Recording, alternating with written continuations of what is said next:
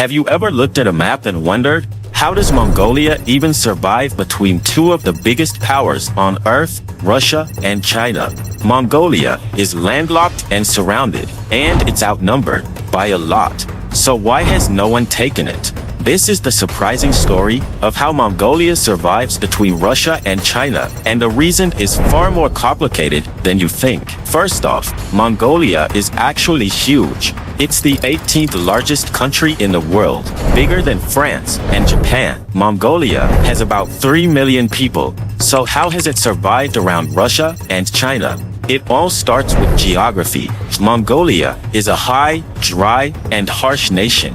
Mongolia has extreme places like the Gobi Desert and the Altai Mountains, making it difficult to invade. Historically, it was never easy to conquer, and even harder to hold. Mongolia once was the empire, ruling from Korea to Europe, and its history makes it partly a reason to why it still deserves to hold this land between two giant nations. But that empire faded. Why? In the 1900s, Mongolia was caught between two nations, Imperial Russia and Qing China. The main turning point was in 1911, when the Qing dynasty collapsed. Mongolia took its chance and declared independence, and still remains one to this day.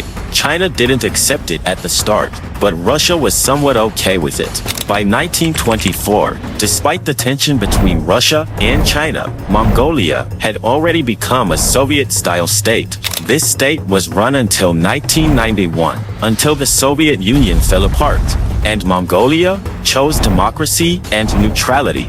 Mongolia built a foreign policy called the Third Neighbor Strategy, balancing China and Russia with ties to the US, Japan, and Europe, essentially being neutral to everyone. And it worked. Today, Mongolia depends on China for trade and Russia for energy. So, how did Mongolia survive between Russia and China? Because it played a strategy to balance ties with all their neighbors. And that proves to you, not taking one particular side just sometimes may be the best result.